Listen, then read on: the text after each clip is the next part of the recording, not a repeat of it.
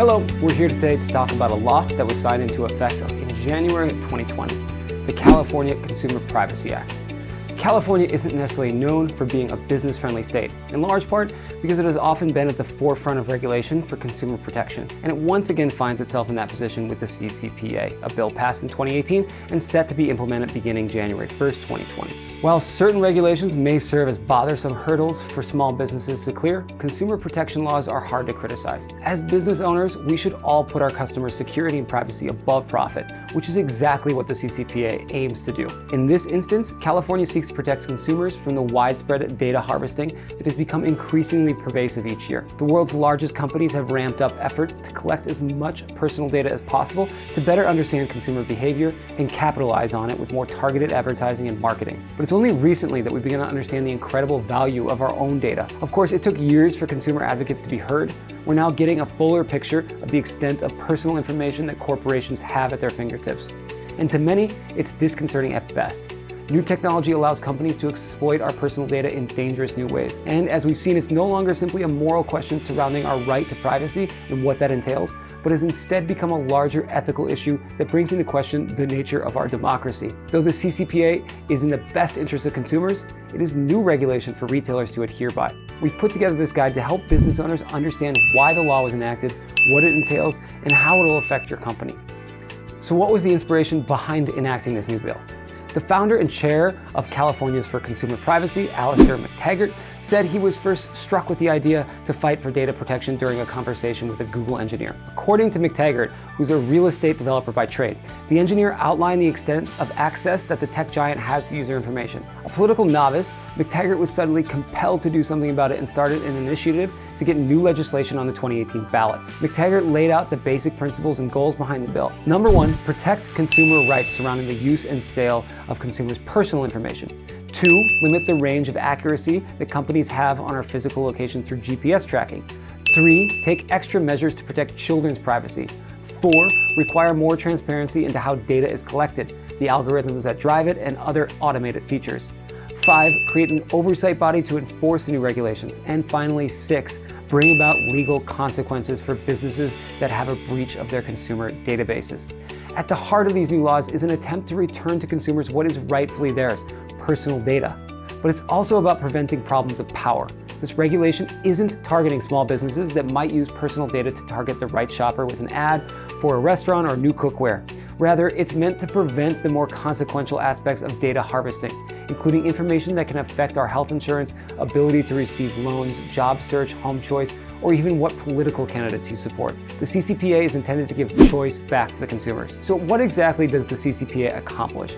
It's hard to lay out the information contained in the law without getting into the details, so we're going to get into some of the details. The consumer has the right to know the categories of personal information that any company has collected about said consumer. Consumers can request a disclosure of personal information or data that a company has sold. The disclosure includes the category of personal information and the identity of the buyer of that data. Consumers also have the right to deny any business the right to sell their data. This is referred to as the right to opt out. Businesses that sell consumer data must provide notice to the individual anytime data is sold. Any business that is prohibited by a consumer from selling personal information must refrain from ever again doing so unless given express consent by the consumer. Businesses are also prevented from discriminating against a consumer based on a consumer's decision to not allow the sale of personal data. Discrimination includes denying products or services, raising prices or rates, or changing the quality of products. If a business suffers a security breach that includes consumer data, the business is held entirely liable. If it's determined that the business failed to maintain acceptable security standards that led to data theft,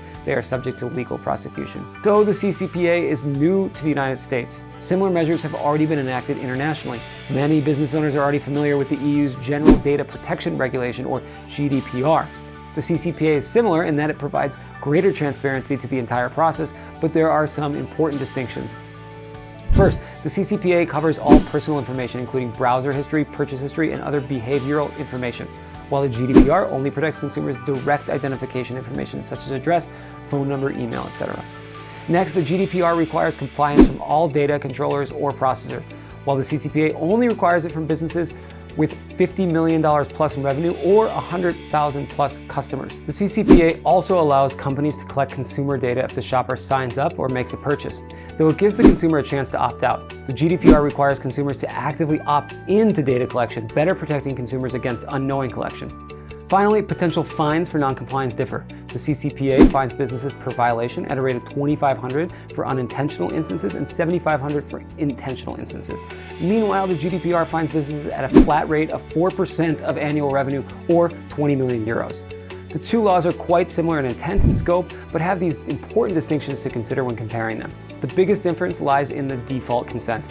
California still defaults to allow data collection while the GDPR defaults to protecting the consumer. So the big question that you all are wondering, will the CCPA affect my business? The short answer is, for most of you, not at all. For the time being, this only applies to businesses that physically operate in the state of California. Additionally, businesses must meet one or several of the standards mentioned below.